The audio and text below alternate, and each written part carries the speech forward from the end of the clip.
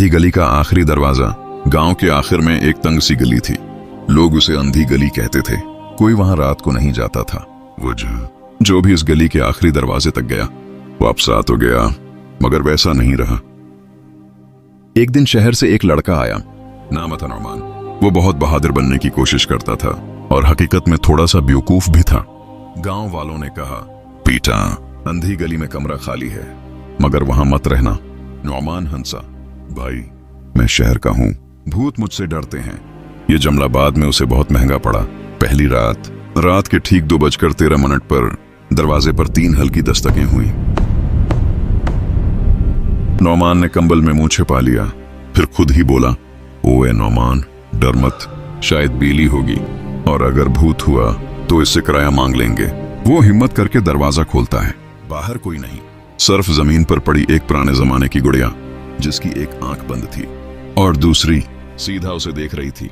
हल्की सी मजा जो ज्यादा देर न रही। नौमान ने गड़िया उठाई और बोला, वे, अगर तुम भूत हो ना तो कम से कम खूबसूरत शक्ल ले लेते। ये क्या बच्चों वाली गड़िया बन गई हो? अचानक गड़िया की बंद आंख आहिस्ता से खुल गई और एक बहुत बारीक आवाज आई, मैं खूबसूरत ही तो हूं। नौमान ने फौरन गड़िया फेंक दी। या अल्लाह, मैं मजाक कर रहा था, आप सीरियस क्यों हो गए? दूसरी रात, असल डर। अगली रात, फिर वही वक्त, 2, 3, मगर इस बार दस्तक दरवाजे पर नहीं, बस्तर के नीचे से आई। खर्र, खट, खर्र। नौमान ने आहिस्ता से नीचे झांका। पहले अंधेरा था, फिर अंधेरे में 2 सफेद आंखें खुले और एक मुस्कुराहट जो इंसान की नहीं थी। सुबह होते ही नौमान भागकर गांव वालों के पास गया। उन्होंने आहिस्ता से कहा, हमने बताया था, वो गली खाली नहीं, वहां एक मां रहती है जो अपनी मरी हुई बेटी को ढूंढती है। नौमान के हाथ कांपने लगे।